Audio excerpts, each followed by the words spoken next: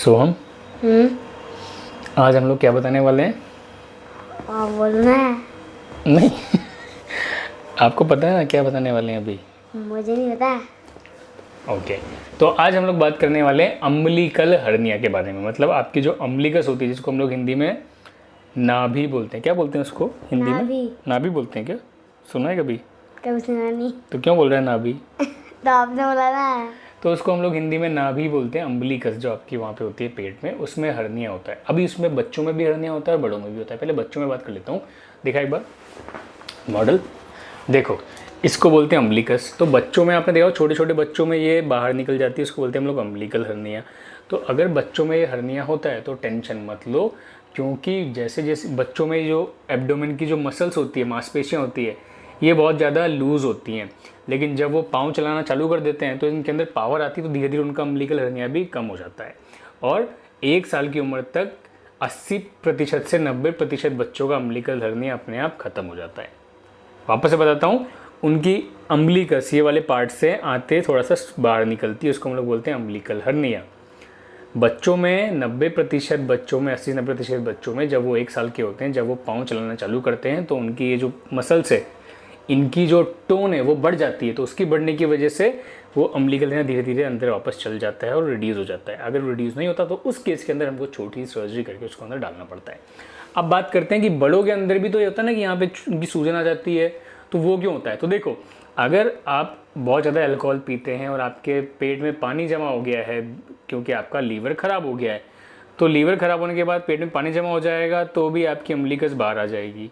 इसी के साथ में अगर आपको प्रेगनेंसी हुई है, तो देखो क्या होता है, यहाँ पर ना 2 मसल्स होती है ऐसे, इस वाली मसल्स, इन दोनों मसल्स को हम लोग बोलते हैं रेक्टाई मसल। जो आपके 6 पैक्स होते हैं वो ये वाली मसल्स में होते हैं।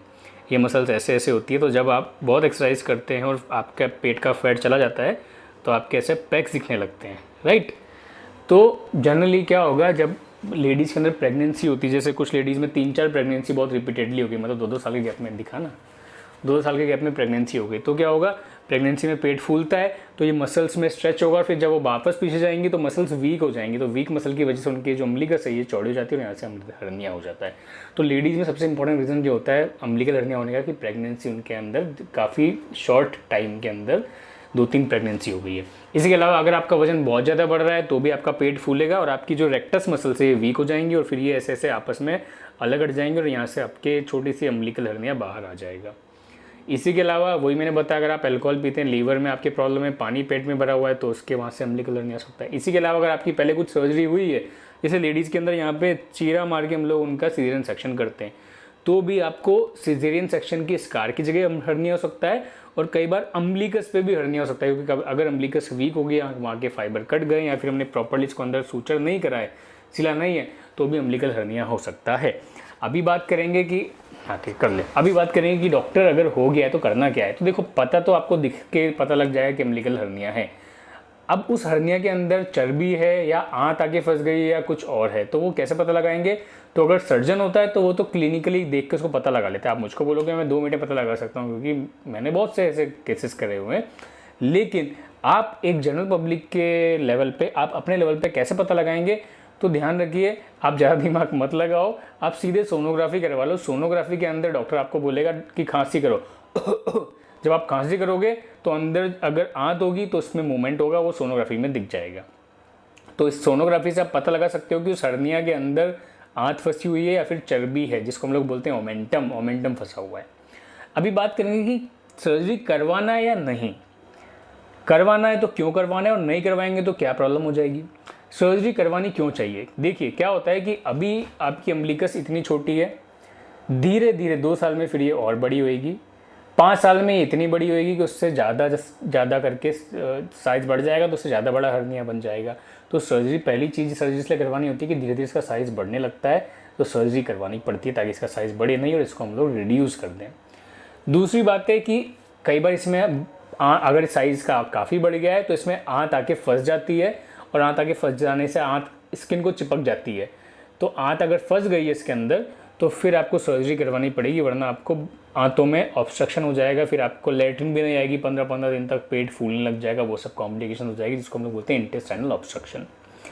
इसी के साथ में ये दो चीज़ें होती है जिसके लिए आपको सर्जरी करवानी पड़े। जनरली क्या होता है इसके अंदर, अगर ओमेंटम या चर्बी वाली गिट्ठा, चर्बी वाला जो पर्दा होता है पेट में, वो अगर फंस गया है तो उसमें खिंचाव होता है, तो आपको कई बार ऐसे पेन भी होता है, यहाँ पे ऐसा लगता है दर्द हो रहा है, आप खांसी करते हो तो दर्द होता है, तो इसीलिए भी लोग सर्जरी करवाते हैं। अभी क्वेश्चन ये आता है कि सर्जरी नहीं करवाएंगे तो क्या होगा।